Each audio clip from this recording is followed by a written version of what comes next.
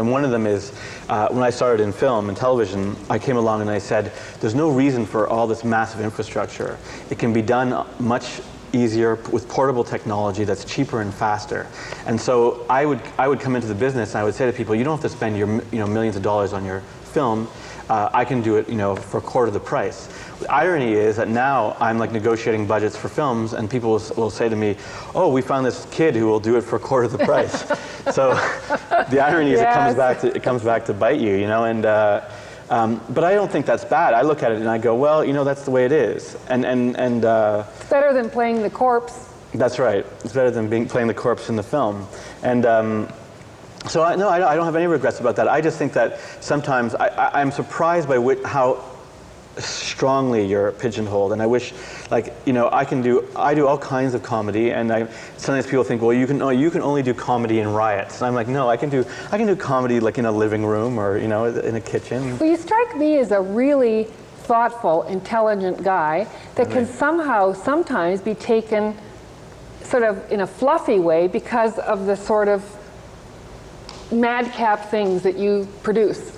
Well, I think people think that if you're doing humor, it's somehow not profound, and I personally think humor is profound, and I think that, but I'm interested often in the kind of humor that happens in bad situations, because I think it's a survival technique, and I also think it reveals a lot of truth, and I personally think in the bad situations I've been in life, I like the fact that I've either been able to laugh about it, and I admire people who can laugh. I mean, I've always respected the fact that Oscar Wilde told the joke and then he died, and I just thought I don't know if I can do that, but I think that's like an amazing skill.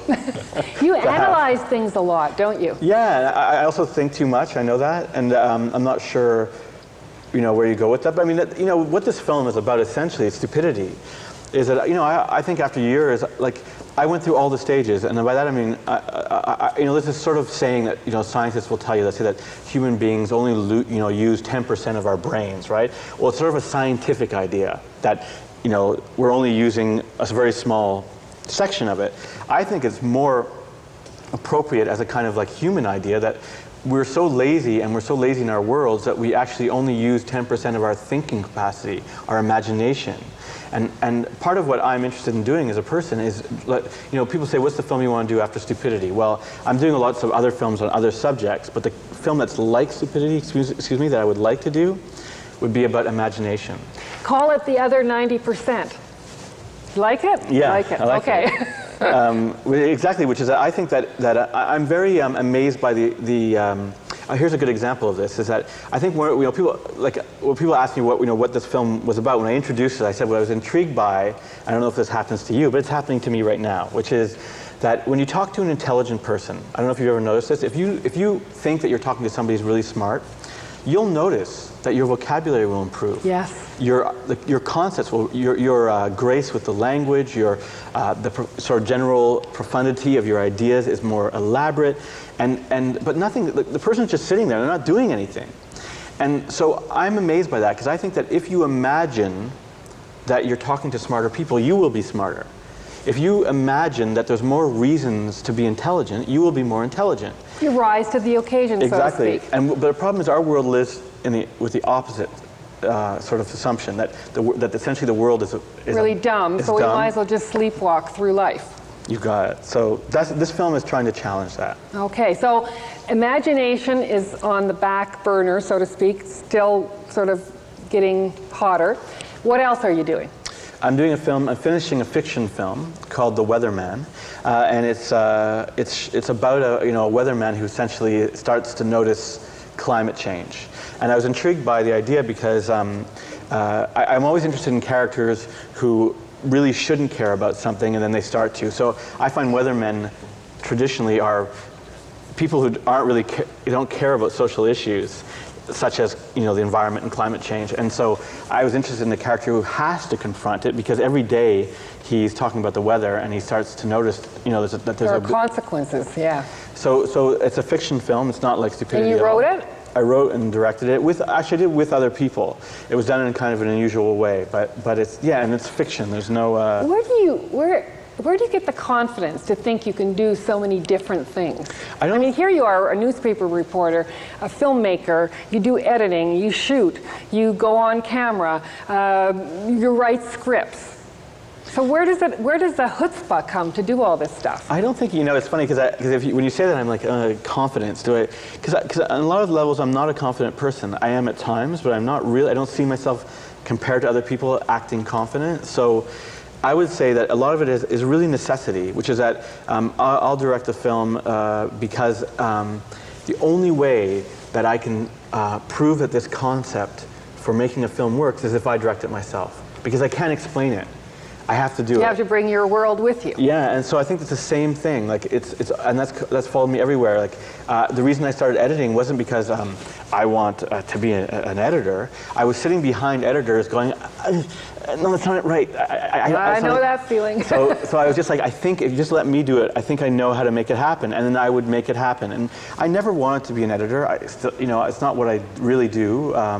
But it was really necessity. It's always been necessity, and I really think that the film business, to me, is a very exciting business. People will say constantly, everything's been done, and my philosophy of life has been always the opposite. Nothing's been done. There's so many things that haven't been done, and I'm very enthusiastic and excited about all the things that could be done. And I'm very different from most people in that way, because a lot of people are like, nah, everything's been done, go to sleep. Do you think that you're trying to do too many things at once? Oh yeah, I don't think I have a good model for, I don't make a lot of money, in my opinion. I don't make enough. I find that I suffer way too, and I'm not saying just me, but I find the films I make are too hard.